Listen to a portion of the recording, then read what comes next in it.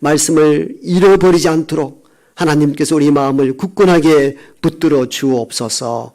예수님 이름으로 기도하옵나이다. 아멘. 주님의 은혜와 평강이 여러분에게 임하기를 축복합니다. 우리는 지난주에 오병이어 사건에 대한 내용을 다루었습니다. 오병이어 이렇게 하니까 굉장한 것 같아 보여도 5오자의 떡 병자, 떡 5개와 둘 이에 물고기 어자, 물고기 2마리. 오늘 마태복음 14장에 나오는 떡 5개와 물고기 2마리로 남자 장정만 5,000명 먹인 기적을 우리가 사자성어로 오병이어 이렇게 기적이다 이렇게 말합니다. 기적은 주님의 능력을 과시하기 위함이 아니라 주님의 따뜻한 마음에서 시작이 되었다고 말씀을 드렸습니다. 따라서 이 대림절 마지막 주간을 보내고 내일 성탄절을 맞이하면서 주님의 마음, 이런 마음 담았으면 좋겠다.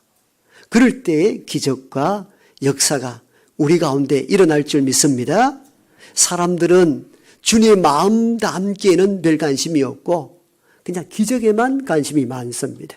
그러나 모든 기적의 근원에는 주님의 이러한 따뜻한 마음에서 비롯된다는 사실들을 복음서는 우리들에게 증언하고 있습니다. 첫 번째로 주님은 어떤 마음을 가지셨습니까? 무리들을 보시고 즉 형편과 처지를 보시는 그 따뜻한 마음을 가지셨습니다. 주님이 배를 타고 먼 곳으로 떠나갔을 때에 이 소식을 들었던 많은 무리들이 주님을 만나려고 옵니다.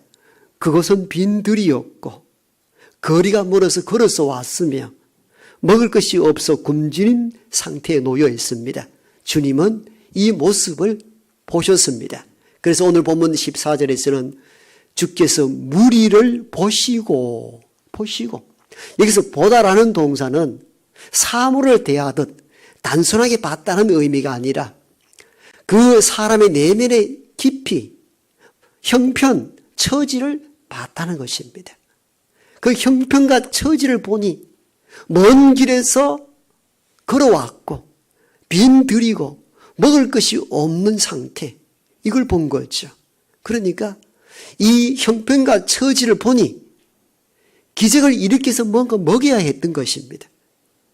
오병이어 기적의 출발은 이렇게 시작되었습니다.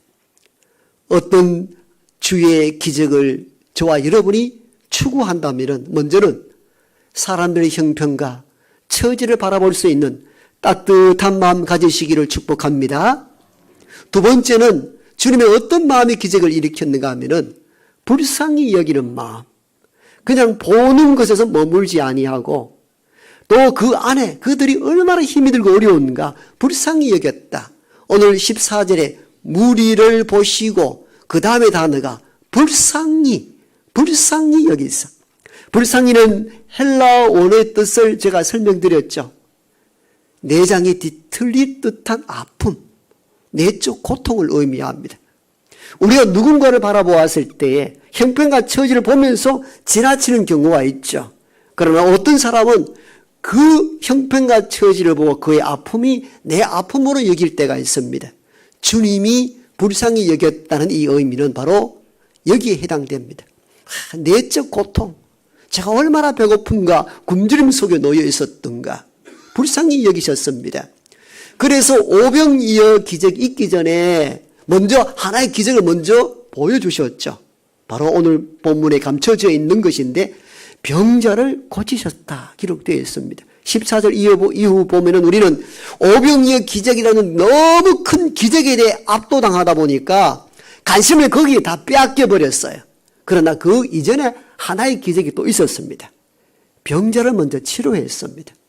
병자를 치료했다는 그 의미는 그 무리 가운데 있는 병자를 유심히 보셨고 그 아픔을 불쌍히 여겼다는 것을 알 수 있습니다. 기적은 이렇게 시작이 되는 것입니다. 누군가를 보고 내 마음이 아프고 내장이 뒤틀릴 듯한 통증을 느끼는 마음이 있을 때에 기적은 거기서 비로소 출발하는 줄 믿습니다. 이 마음 갖기를 원합니다. 세 번째 오늘 새롭게 다룰 내용입니다. 주님은 이런 마음을 또한 가지셨습니다. 책임지려는 마음을 가지셨어요. 주님은 무리들이 먹지 못한 상황 속에서 내가 저들에게 먹을 것을 줘야 되겠다는 책임의식을 가지셨고, 그 책임의식이 결국은 기적으로 탄생된 것입니다. 기적은 그냥 나타난 것이 아니라 말씀드렸죠. 주님의 이러한 형편과 처지를 보시고 내장이 뒤틀릴 듯한 불쌍히 여기는 마음뿐만 아니라 내가 책임을 져야 되겠다라는 책임성에서 주님의 기적은 나타난 것입니다. 주님의 마음과 달리 제자들은 이런 책임감은 없었습니다. 사실은 제자들의 책임이 아니죠. 책임들 위치에 있지도 않았고요. 사실은 백성들의 굶주림과 가난은 나라나 정부가 해야 될 몫이고, 개별적으로 보면은 자신이 감당해야 될 몫입니다. 그렇죠? 제자들은 그런 생각을 한 거죠. 그게 왜 우리가 책임져야 될 일인가 생각한 것입니다. 그래서 제자들은 주님께 이렇게 보고를 하죠. 이 장면을 우리가 유심히 바라볼 필요가 있습니다. 주님, 이미 날은 저물었고 저들로 가서, 즉 마을로 가서 먹을 것을 구하게 하소서. 이 대목을 보면은 결국 먹고 사는 문제는 개인이 해결해야 될 책임이지 우리가 감당해야 될 몫이 아니라는 것입니다. 이게 제자들의 태도였습니다. 이 대목에서 제자들은 그 책임이, 즉 먹고 사는 문제는 개인이 해결해야 될 문제지 우리가 책임져서는 안 된다는 생각을 가집니다. 사실은 그렇고요. 우리 모두 그렇게 살잖아요. 우리는 누군가 가난하고 굶주림과 어려움 속에 있을 때 대부분은 제자들과 같은 입장으로 살아갑니다. 그 사람 열심히 살지 않아서 그렇지 뭐. 지 먹을 거 지가 열심히 해서 살아야지. 대부분 그렇게 책임을 개인에게 미루고, 어떤 경우는 나라나 정부의 책임으로 돌리기도 합니다. 나라는 무엇하냐? 복지부는 무엇하고 있으며 행정복지센터의 사회복지사들은 먹지 못한 사람들을 왜 돌보지 않느냐? 책임을 그들에게 돌리기도 합니다. 그런데 이 말씀을 들었던 주님이 제자들에게 이렇게 말씀합니다. 너희가 먹을 것을 주라. 여러분, 너무너무 놀라운 말씀입니다. 책임을 개인에게 떠넘기지 마라. 굶주리고 배고프고 죽어가는 그들에게 너희가 먹을 것을 사서 알아서 살아가라. 그렇게 말하지 말고 너희가 먹을 것을 주라. 책임이 우리에게 있다고 명시합니다. 이게 제자와 주님과의 결정적인 차이입니다. 이 차이가 기적을 불러오기도 하고 기적을 없애기도 합니다. 제자들의 태도는 오늘 우리가 살아가는 일반인들의 삶의 방식입니다. 네 먹을 거 네가 책임져야지. 왜 가난하노? 열심히 살지 않아서 그렇지.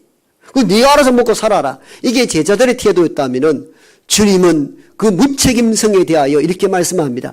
너희가 먹을 것을 주라는 겁니다. 너희가 책임지라는 것입니다. 무리들의 굶주린 배고픔을 외면하지 말고 책임을 다른 데로 돌리지 말고 이 책임이 나에게 있다라고 생각하라는 겁니다. 이 책임성에서 놀라운 주님의 기적이 일어난 것입니다. 나는 아무것도 하지 않고 네가 알아서 하라 하면서 기적을 바라지 말라는 것입니다. 기적은 내가 힘이 들고 어렵지만도 이것이 내가 감당해야 될 몫이며 내가 책임지리라는 책임적 결단에서 주님의 기적은 시작이 됩니다. 기적을 바라고 기적을 소망하는 사람들은 항상 오늘에게 내게 주어진 어떤 사안이나 문제에 대하여 이것이 내가 주님으로부터 받은 사명이며 내가 감당해야 될 책임입니다. 이 책임성을 느낄 때에 주의 놀라운 기적의 역사가 시작되는 줄 믿습니다. 무리 가운데 병자를 고치셨거든요. 주님이 수많은 무리 가운데 병자를 보셨다는 이 의미를 유심히 관찰해 볼 필요가 있습니다. 여러분, 우리가 많은 무리가 지나갈 때는 그냥 큰 흐름으로 보죠. 한 사람 한 사람을 보는 것은 불가능합니다. 그런데 지금 남자 장정은 5,000명이고 어린아이와 여성을 포함하면 15,000, 넘습니다. 그 15,000여 명이 쭉 있는데 그 중에 한 병자를 고쳤다는 이 의미는 뭘 의미합니까?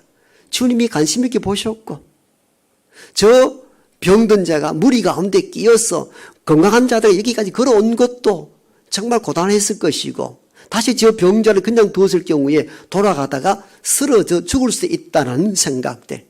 오늘 주님이 저 사람을 고치지 아니하면 어찌 될지 모른다는 책임성. 그 주님의 책임성이 결국은 오병이어 기적을 일으키기 전에 한 병자를 치유케 하십니다. 이게 책임성이며 책임성이 있는 곳에 주의 놀라운 기적도 뒤따라온다는 사실들을 기억하는 저와 여러분 되기를 원합니다. 오늘 우리가 주님의 기적을 바라기를 원한다면 이 책임성이 있어야 됩니다. 나는 연약하고 부족하지만도 내가 저 일들을 내가 꼭 책임져야지. 저 사람 좀 구해야지. 다른 사람의 누구에게 돌리는 것이 아니라 내가 책임지겠다라는 각오와 결단이 서 있는 것에 주님께서 선한 역사를 베푸실 줄 믿습니다. 그런 이러한 책임적 마음의 자세로 주님과 같이 살아가는 우리 모두가 되기를 원합니다. 마지막 네 번째 기적이 일어나기 전에 주님은 어떤 마음을 가지셨는가 하면요. 감사하는 마음을 가지셨습니다. 감사하는 마음.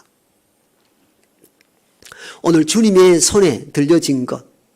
너희가 먹을 것을 주라 하였을 때 제자들은 주님께 주님 이것밖에 없습니다. 떡 5개, 물고기 2마리 뿐입니다.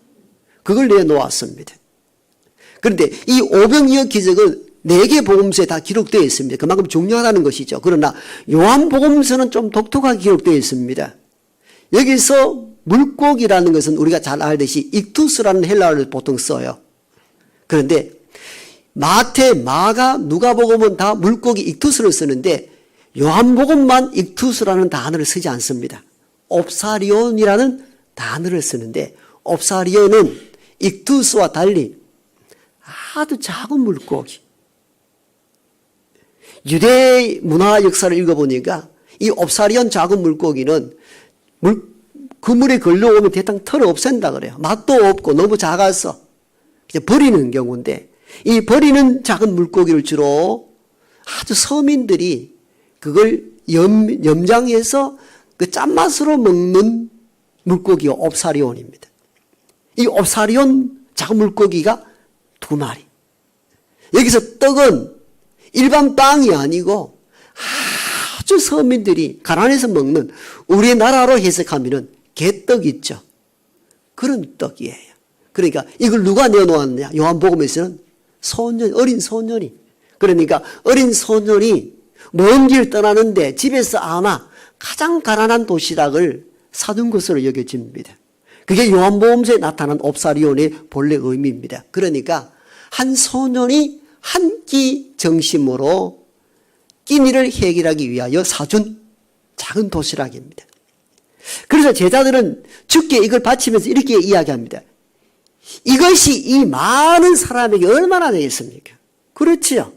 한 소년이 한 끼를 때우기에도 부족한 그 작은 옵사리온 물고기 2마리와 떡 5개로 수만 명을 어떻게 먹일 수 있느냐는 거예요. 맞는 얘기죠. 아주 계산적이죠. 합리적이죠. 그리고 또 다른 복음서에서는 여기에 대해 이야기하기를 어떤 한 제자는 주님 우리가 가지고 있는 다 모아도 200데나리온 부족합니다. 즉 오늘 같으면 6개월치 임금을 다 투입해도 이 수만 명을 먹이기에는 턱없이 부족합니다. 안 된다는 거죠. 계산해 보니까 안 되는 거예요.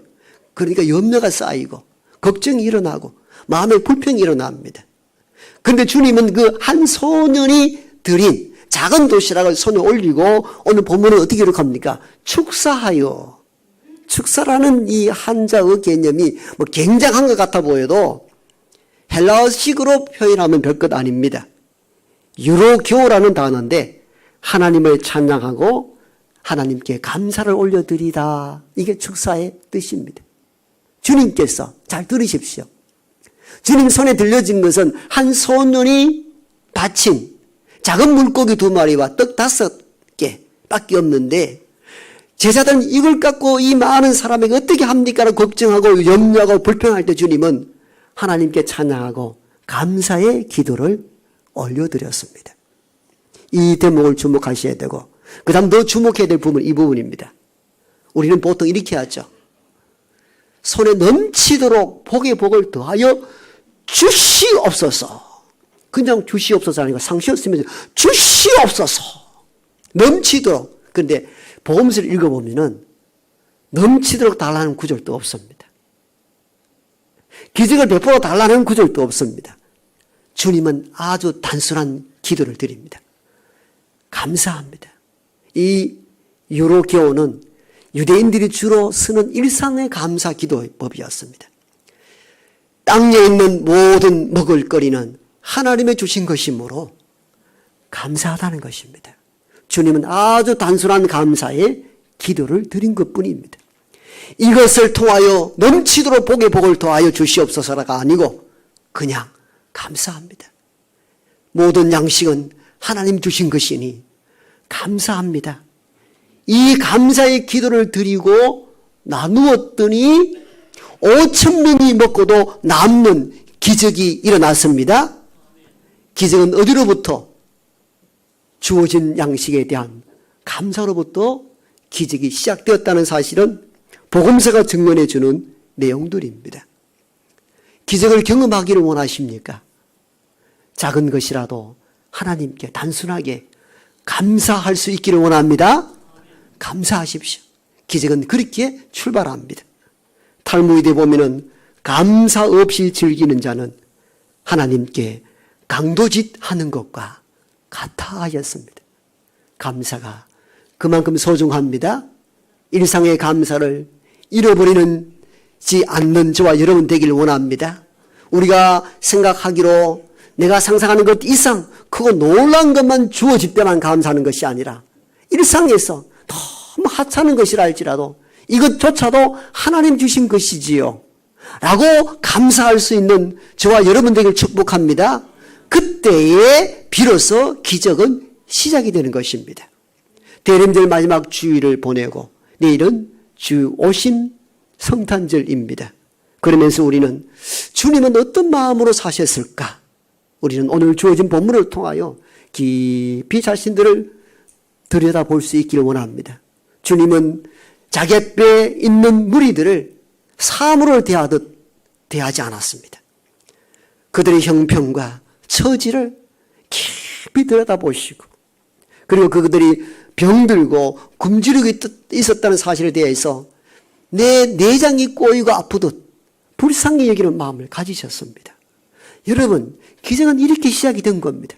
누군가를 깊이 들여다보고 그의 아픔이 내 아픔으로 여기고 그러면서 저들을 그냥 두면 안 될 터인데 내가 이 일을 꼭 책임져야 되는데 이 책임성에서 또한 기적은 계속 자라기 시작하는 겁니다. 그리고 별로 주어진 것이 없다 할지라도 작은 것에도 감사할 때 기적은 완성되는 줄 믿습니다. 감사하십시오. 주어진 오늘 하루, 시간, 주어진 양식 감사할 때 그 위에 더해지는 주님의 놀라운 기적의 역사가 저와 여러분들에게